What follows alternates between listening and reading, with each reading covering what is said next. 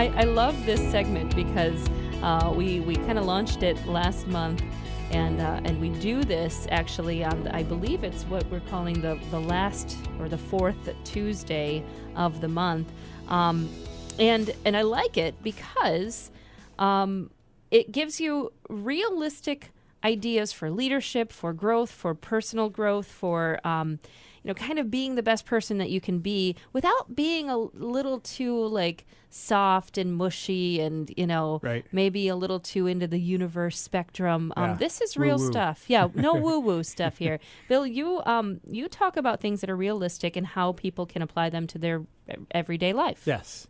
Yeah, and we talked, the last conversation was, how to make, I think the title was how to make 2019 your best year ever. And, Yeah. we talked about the fallacy of New Year's resolutions. In fact, according to the statistics, most people by now, by the end of February, have pretty much forgotten about their New Year's resolutions. I completely forgot I even made one. Yeah, which is a sad commentary, and then you combine the fact that despite all the great research on the power of goal setting written goals, very few people engage in that task and make it work for them. So the question is, where's the disconnect? And I shared, based upon a lot of research that I had done, not on my own thinking, but from some of the top thought leaders in leadership and personal development, 3 things that really need to happen in order to optimize the year. Mm-hmm. One was an identity to change, Mm-hmm. a discipline to start, and the courage to stop. So an identity to change, a discipline to start, and the courage to stop. And I thought that we would go back and sort of unpack each one of these, starting with identity. But first, I wanted to talk about, I was having a conversation with some of our leaders about this. We use terms a lot in just everyday language, especially with leadership, soft subjects. And one of those terms we use is personal growth, personal development. And oftentimes we use these terms without really getting clarity on what they mean. Right. It's kind of a squishy topic or squishy a term sometimes. But the question is, what does personal growth really mean? Like when someone says, you really grew a lot this year. I really grew in this part of my life. What is it? What specifically does it mean? Does it mean that you just learned something new, that you had a defining moment, a major transformation? What does it mean to grow? So we had a lot of conversation on this, and I went back and did some research on this. And John Maxwell, who many of your listeners are probably familiar with, John Maxwell has probably written. I know he's written more books on leadership and personal development than I think anyone else in the world. And he, in one of his segments called Lessons on Leadership, unpacks this whole idea of personal growth. And he came up with 3 key criteria, 3 attributes to tell if you're growing. And the 3 are bad habits dropped, wrong priorities changed, and new ways of thinking embraced. Oh, wow. That makes it so much more realistic. Yeah. Yeah, I understand that. So you think about it, if you want to know that you've grown, if in order to really grow, you look at that 3 litmus test. Do I have bad habits? It may not be bad habits, but maybe habits that are no longer supporting you. Okay. So new habits. Same thing with priorities. Priorities are what we attach importance to. Yeah. So if you're taking a look at your priorities and maybe discarding ones that no longer seem relevant or working for you in terms of where you want to go, and then ways of thinking or perspectives. Growing your approach to things, our beliefs and our ways of thinking ultimately influences our behavior. So if you look at that and you say, gosh. You look at those 3 dynamics: habits, priorities, and ways of thinking. That's a great way to define growth and to really tell if you're growing from one year to the next. And and he asked a really good question in one of his lessons on leadership, and he says, "Am I the same person that this year as I was last year?" And if you apply that to habits, priorities, ways of thinking, that's a really good question to ask. Am I the same person? Now, we certainly have certain fundamental beliefs when it comes to and priorities that we're not going to. Our belief about ultimate reality, our belief about relationships and things like that. But in so many other areas of our lives, if you say, I'm really the same person in my approach to my job or key relationships in my life, nothing's changed, then you got to ask yourself, am I really growing? That if you're not growing, you're stagnant, right? Right. And that it could lead to all sorts of different issues, right? Yeah, well, and you're not really pressing into your potential, you know. Yeah. And that might not necessarily lead to, something destructive, but you're not being the best version of yourself. You're not really pressing into what you're capable of, and I think that's a shame. Yeah. You're underachieving, but you're not living up to what you're capable of. And Maxwell asked another question that's really kind of a strident question, but he says if what you did 5 years ago still satisfies you, you're not growing, you're not moving forward. That could be a scathing. That can cause for a lot of reflection. But I think what he means by that, and we apply it at work to leadership. If you're leading a department or organization, and if you're still what you're doing in terms of your habits, priorities, and your ways of thinking, your approach to that leadership realm is the same as it was 5 years ago. You're not growing, and especially in a field like business or your workplace, you can risk falling backward. Yeah. And I think that's why we have such a fascination with like professional sports. Oh, sure. In professional sports, it's so competitive that you see the impact of every decision that you make, right? And the feedback is right there. The score is kept, and there's a lot of clarity. But oftentimes in other parts in other industries and other realms, we can afford to coast. We can afford to just sort of not just be the same and not really press into those habits, priorities, and ways of thinking. And you look back 5 years and very little has changed. Yeah, that is really interesting because especially with the advent of, say, social media, and you can look back on these things called memories on Facebook now. And of course, being that it is my birthday, I'm kind of doing that, and I'm going, wow, I've been doing the same thing for a while, like just the sort of, not to say that it's repetitive at all, but it's interesting to see now, because we have this literally at our fingertips, you start to question some of the things or your personal growth after that. And did you ever notice that when you think it was 2 or 3 years ago, it was really 5 or 6 years ago? Yeah, or 10. Yeah, I know. Yeah.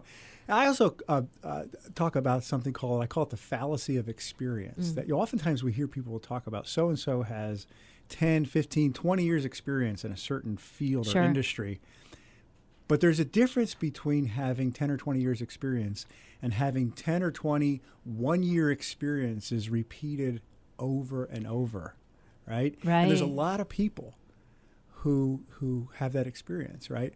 They're not growing from it. I would rather have I've seen people in our industry, for example, who've been with our company for 3, 4, or 5 years who have far more to offer than that person who's been with us 20 years sometimes, because they're growing. Every year, they're developing new habits, new priorities, and new approaches to their particular profession or their particular business, and they're accomplishing way more.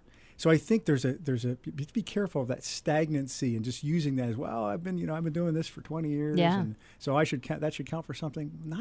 I think everybody needs to have a plan to grow, their own personal plan to grow. Not relying on their they can help, employers can help, and others can help, but it's really your responsibility to grow. That's an interesting thought, the fallacy of experience, because so many people, especially in situations of hiring, say for a new position or promoting an individual, they look at how long they've been, say, with the company, instead of looking at how enriched they've been by the company. Yes.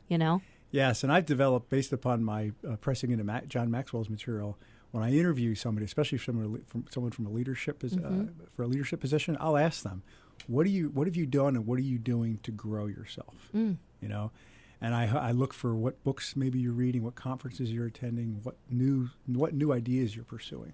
So, now that we know really what personal growth is, which is shocking to me, because I've been that person that uses that term, and I've never really thought, what is personal growth? Yeah. Where have I come from? What about making these new habits, and how do I know that I've gotten there? Well, again, we talked about at the last conversation that it starts with who before do. That's where that identity to change. If you're going to be the best version of yourself, before you can really establish a what, you really need to press into what kind of a person do I want to be, in this case in 2019. And that gets to this whole subject of identity, which is another one of those big picture terms, right? I mean, in many ways, identity has sort of an existential quality to it. It kind of does. Yeah. Yeah. So I would put it up there ask with you, almost legacy, you know? Well, if I were let's say you were going in for a job interview, or you were at a retreat where, you talked about these big, I call them 30,000-foot topics. Yeah. And somebody asked you, Crystal, who are you? How would you respond to that question? I would just walk away. No, I would just run. Who are you? That's a big question. And I think that I would go through my list of priorities first as to what identifies me. You know, I would say I'm a mother and a wife, and then I would go into my job, and then the things that I do in, maybe in the world is volunteering. Yes. But it's all about doing with me, which is odd, isn't it? Yes, it is. Well, I think the identity, if you really define identity in that question, it's really who you are is really, your identity reflects your source of validation. What you attach the greatest importance to. Yeah. Right? And some good questions around that are like, what would send you into a really deep, dark hole if you lost it? Oh, yeah. Right. What do you attach the greatest importance to? You think of I think of people like sports stars whose identity is wrapped up in their talent, and who they are as their platform as a sports star, and then they get injured, and then they get hurt, they retire, and a lot of them go into a deep depression, right? Because their identity was so much into that component of their life that they when they lost it, they fell apart. You could even, could you attribute this too with, there's an increasing, it's a very high percentage of people who retire, and then they end up with an illness, or they even pass away because just a few months to years after they retire, because they don't know what to do with themselves, almost. Because they spend so many years building their identity on what they do. Right? Yeah. And so help me fix it, Bill. Well, I think, and it's a very complicated subject, and it's a very deep subject. I remember sitting in a men's ministry conference one time, and guys don't tend to enjoy being vulnerable with one another, but this was one of those contexts where you needed to be. And I remember sitting next to this guy, and he was very successful, made a ton of money, worked crazy hours, built a big company, and he admitted, he said, my father, my whole life told me I would never amount to anything. And he said, my father's been dead for 10 years, and I still get up every day and work like crazy to prove him wrong. Wow. That's identity. Wow. That's a big, And so, when it comes to what we're talking about, identity really reflects on, when you look at some of the key roles in your life, looking ahead at 2019, I want to be a person who, fill in the blank. Or maybe you want to reframe it. I don't want to be that guy or that gal, who never has time for anybody, who finishes everybody's sentences, who never listens, who never says thank you or is overly critical or negative. And sometimes it helps for people to frame it that way, right? Yeah, that makes sense. What don't I want to be? What do I want to? And then conversely turn it into, I want to be a person who really listens, is curious, who stays in touch with people. I heard someone on a podcast, I thought this was great. I want to be a person who lets go last. I was like, what are you talking about? Let's go last. Yeah, what does that mean? What she was referring to, this was a woman who decided to start a new habit of, she called it letting go last. And whenever she hugged somebody, she would be the one to let go last. That could get into some awkward, no, I'm going to be a let's go last. If you had two people had the same intention, right? Yeah, exactly. But I thought that was kind of cool. But there's a really interesting, some really interesting research that's been the subject of numerous books and TED Talks and other content, where identity and growth that we talked about earlier sort of intersect. That's really fascinating. That has a lot to do with making 2019 your best year ever. And it's all around the subject of what we call mindset. So identity and growth at that point where they intersect, the two lines intersect, that's your mindset? Yeah, and I'll give you an example. I'll share a quick story that was a subject of a recent TED Talk. It's really fascinating. It's a story of a guy named Josh Waitzkin, who was, I don't know if you ever heard of the movie Searching for Bobby Fischer. Yes. It's about a chess. Well, he was the subject of that. That movie was based upon his biography that his father, a story that his father wrote about him. And Josh was kind of a child prodigy in chess. He used to, as a 7-year-old, he used to defeat in New York City. They go around to these areas where they play chess, and he would defeat all these adult players. And he in his late teens and early 20s, he was an international chess champion. But what was really interesting, when he turned 21, he shifted all of his focus to a totally different domain, martial arts. And he realized that he could apply the approach that he had to learning chess and mastering chess to other domains, in this case, martial arts. And he devoted himself to a martial art called Tai Chi Chuan. And after much hard work and many failures and a lot of broken joints, he ended up winning 2 world championships. And after that, and more recently, he started pursuing jiu-jitsu. But what's interesting, when Josh was interviewed, someone asked him what's the greatest thing that ever happened to him. And his answer reveals a lot about mindset. He said, losing my first national chess championship was the best thing that ever happened to him. And he went on to explain, he said, because it helped him avoid the psychological trap of believing that he was smarter and more talented than other people, that he was some sort of a prodigy and didn't have to work hard. And he doesn't see himself as, even though he does seem to have extraordinary intelligence and ability, he doesn't see himself that way. And a powerful quote that attributed to him in a book, he wrote the book on this very subject. He said, the moment we believe that success is determined by an ingrained level of ability, we will be brittle in the face of adversity. And he goes on to quote, for the last 15 years, there's been a lot of research at Stanford University around this whole topic of mindset. And it culminated in a book, a runaway best-selling book by a professor at Stanford named Carol Dweck, D-W-E-K, called Mindset. A lot of your listeners have probably read it. It's a very popular book. And it spurred all kinds of similar books and TED Talks. If you Google mindset on YouTube or on Google, you'll see all kinds of interesting stuff. But what they found, and to simplify, Dweck's findings was that people generally have 2 types of mindsets, ways of interacting with the world. One is a fixed mindset. Okay. And the other is a growth mindset. And a fixed mindset sees talent and ability as fixed traits. All right? So that you either have it or you don't. And people with a fixed mindset find their identity in their talent, in their intelligence, and in their ability. And so what happens is they end up trying to protect it at all costs. So, for example, a young kid maybe that has a fixed mindset, for them, every test, every match, if it's sports, or every other measurement is a test of my identity. And it can be a very stressful way to live, right? A growth mindset, on the other hand, people with a growth mindset believe that new skills and abilities can be developed through practice and hard work. Josh's example, right? They tend to embrace feedback, whereas fixed mindset people don't want to hear feedback because if it's negative, it cuts to their very identity, right? They're not afraid to take risks. They're not afraid to put themselves out there, right? They embrace challenges. And a growth mindset person, their identity is in their love of learning and of growing. And even though most people don't have like one mindset for their entire lives, sometimes we have different. You may have a fixed mindset as in your approach to work, and maybe a growth mindset as a student or an athlete or something like that. But obviously, what's interesting about Dwight and where the research really comes through.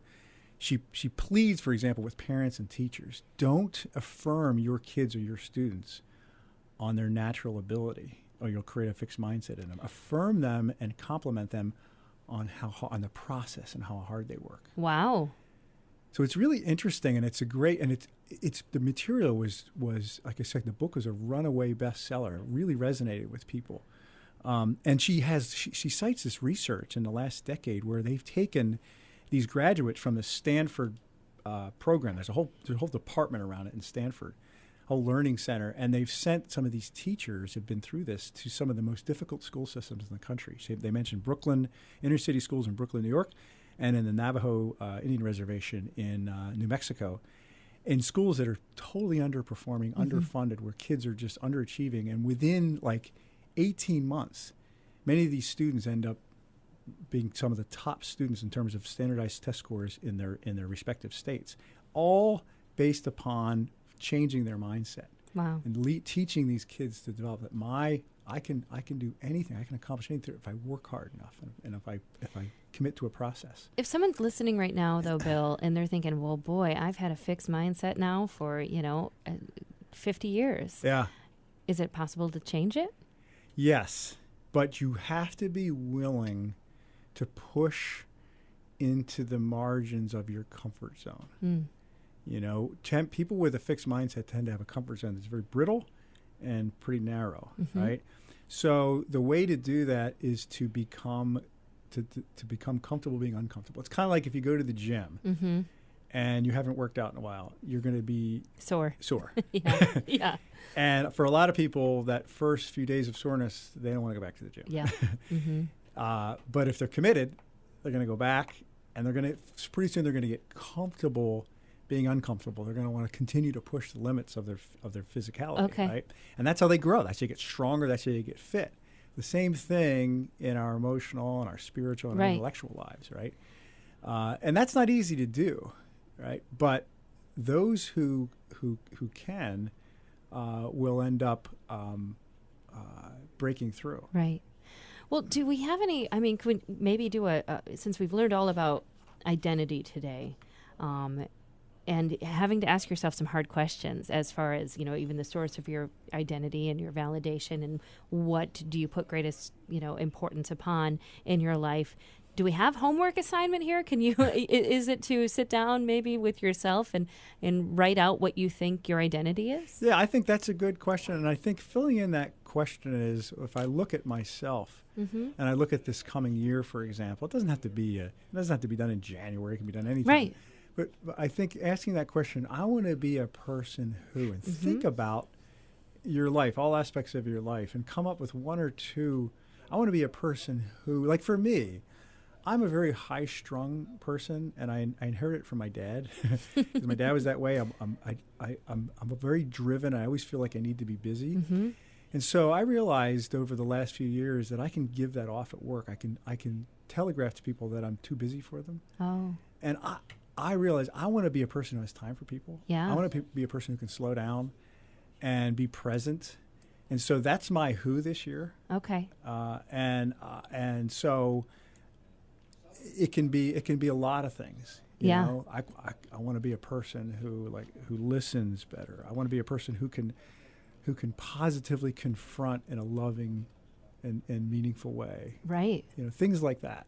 That would be, I think, That's and the then homework. they ask, what is the source of your identity? What do you attach most important to? That's a good one. It can be good things too. Oh, yeah.